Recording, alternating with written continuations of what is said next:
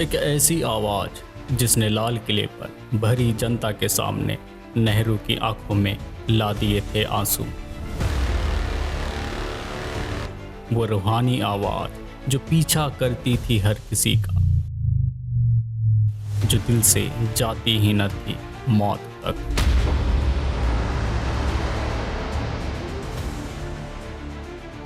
डर था उस आवाज़ को, कहीं कोई उसकी आवाज़ छीनने के लिए न मिला दे उसके खाने में जहर। इसलिए स्टूडियो ले जाती थी वह घर का खाना। शक की ऐसी बीमारी थी उसे, आवाज़ की दबंगई ताकत ऐसी जिसने बिना बोले ही बर्बाद किया कई नए और साथी महिला गायिकाओं का करियर। आरोप था उस पर ऐसा। अब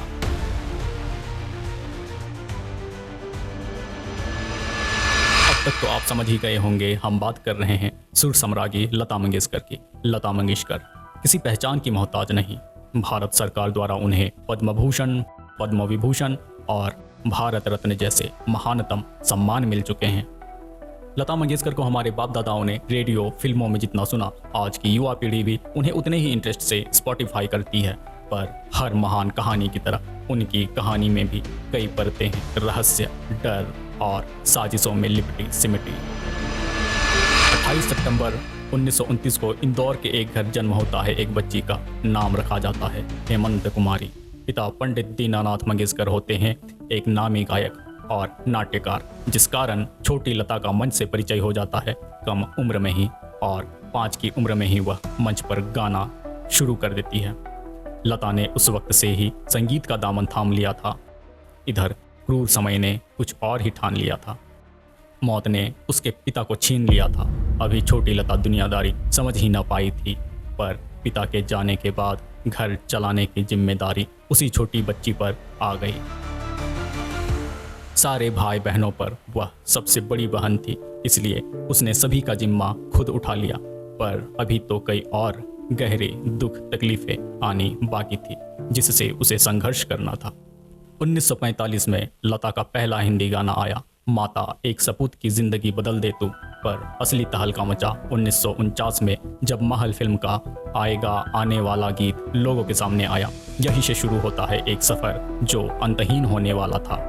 गीतों ने लता मंगेशकर को सुर साम्राज्ञी तो बना दिया, पर इसी संगीत की दुनिया ने लता की जिंदगी में साम्राज्य, डर और साजिशों का ताना बाना भी बुन दिया था। जाहिर सी बात है, जो राजा होता है उसे हमेशा डर रहता है, कहीं कोई मेरी गद्दी न छीन ले, कोई मेरी सत्ता न हथिया ले, मेरा साम्राज्य न बिखर जाए। राजा के मन में हमेशा डर का साया रहता है, इसलिए वह डर की वजह से हर किसी पर शक करता है, किसी को अपने पास नहीं आने देता है, और इस कारण वह अकेला हो जाता है। कभी कोई दूसरा काबिल शक्तिशाली व्यक्ति दिखे तो राजा उस शक्तिशाली व्यक्ति को खत्म और तबाह करने के लिए साजिशों के खेल में फंस जाता है। शायद लता का सफ़र भी ऐसा ही अंतहीन बन गया था, जिसने लता को सिर्फ साम्राज्य तो बना दिया, पर उसमें साम्राज्य, डर और साजिशों का ताना बाना भी बुन दिया। शायद यही वजह रही कि ज़िंदगी में सब कुछ पा लेने के बावजूद भी एक इंटरव्यू में लता मंगेशकर ने कहा,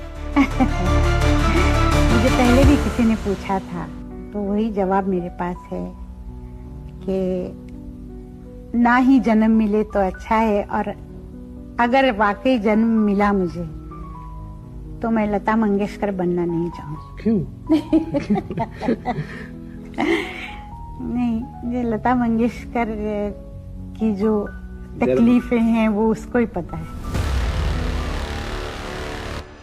लता मंगेशकर संगीत की दुनिया का वह शख्स बन गई थी जिसे हर फिल्म निर्माता निर्देशक अपनी फिल्मों में चाहता था। वह एक सुपर पावर बन चुकी थी। बॉलीवुड में उसकी मोनोपोली हो गई थी। जब पास पावर आता है तो इंसान की फितरत बदल जाती है। वह हर चीज़ अपने तरह से चाहता है, अपने तरीके से चलाना चाहता है। यही वजह रही कि लता ने 1960 के दशक में गानों की रॉयल्टी की मांग रख दी। कहा कि गायक को अपनी फीस के अलावा रॉयल्टी भी मिलनी चाहिए। मोहम्मद रफ़ी ने लता की बात का खंडन करते हुए कहा, क्योंकि सारा रिस्क फिल्म निर्माताओं का होता है, इसलिए रॉयल्टी तो गायक को नहीं मिल सकती। और वे तो खुद फीस लेकर ही संतुष्ट है। पूरा बॉलीवुड भी दो गुटों में बट गया था। लता और रफ़ी के संबंध इतने बिगड़े कि दोनों ने साथ गाना तक छोड़ दिया। म्यूज़िक डायरेक्टर्स परेशान, पर हिम्मत नहीं किसी की कि लता से सवाल कर सके। बाद में कुछ मध्यस्थताओं और सुलह के बाद दोनों ने साथ गाना शुरू किया। 1957 के किस्सों ने भी कई सुर्खियां बटोरी, जब लता मंगेशकर और एस टी वर्मन के बीच किसी बात को लेकर अनबन हो गई। करीब 6-7 सालों तक दोनों ने एक दूसरे के साथ गाना नहीं गाया, और फिर जब दोनों के बीच मसला सुलझा तब जाकर दोनों एक दूसरे के साथ काम करने के लिए राज़ी हुए। कुछ म्यूजिक डायरेक्टर्स का साफ कहना था कि लता रिकॉर्डिंग के वक्त अपनी शर्तें मनवाने की कोशिश करती है। कभी कभी वो कंपोजिशन में भी बदलाव चाहती है, जिससे संगीतकारों को दिक्कत होती थी।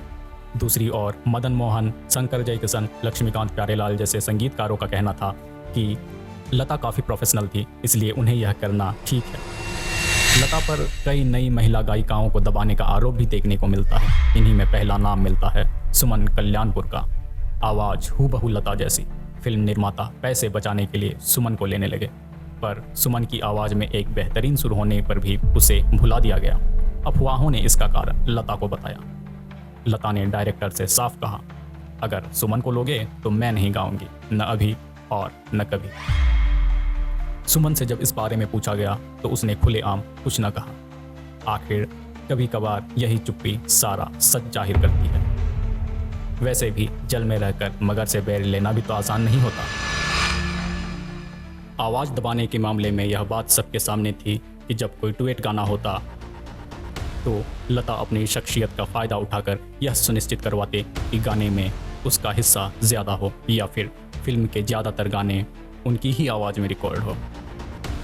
आवाज़ दबाने के मामले में कई बार खबरें आए कि लता जी चाहती थी कि आशा भोसले को उनसे कम गाने मिले।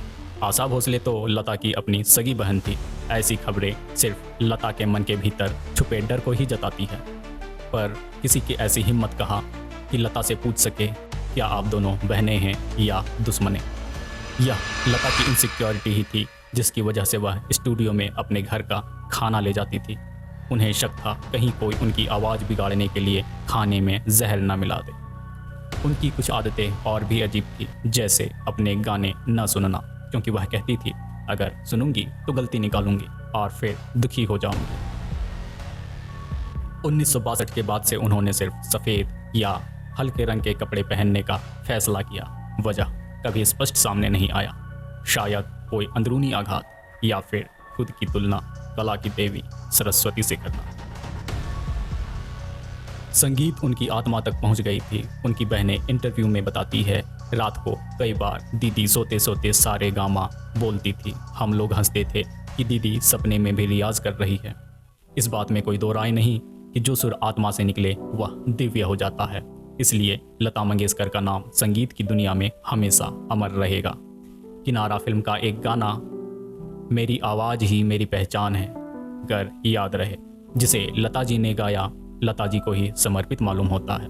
6 फरवरी 2022 को इस शख्सियत ने पार्थिव शरीर को त्याग कर देश भर के लोगों में आंसू छोड़ दिए। पूरा देश शोक में डूबा। आखिर हमारे देश से एक भारत रत्न हमारे बीच से गया था। हमने लता मंगेशकर की क्रिकेट दीवानगी की चर्चा नहीं की, लता जी से टी सीरीज और अनुराधा पौडवाल की चर्चा नहीं की। अनुराधा पौडवाल एक ऐसा नाम कहा जाता है जिसने इन सबसे तंग आकर बॉलीवुड छोड़ भक्ति गीत गाने को मजबूर होना पड़ा था। लता मंगेशकर ने कभी अपनी कंट्रोवर्सी को लेकर किसी का नाम स्पष्ट लेकर कुछ कहा नहीं, पर दुनिया जानती है दबंगई ऐसी ही चलती है, जहां कुछ बोले बिना या किए बिना ही डर कर लोग दबंग के लिए ही काम करने को मजबूर हो जाते हैं। ओपन डिस्कशंस के लिए आपके कमेंट बॉक्स में पिन किए जाएंगे, ताकि हर कोई इस विषय में अपने विचार या अपने दिल की बात कह सके। वीडियो देखने के लिए आपका बहुत बहुत धन्यवाद।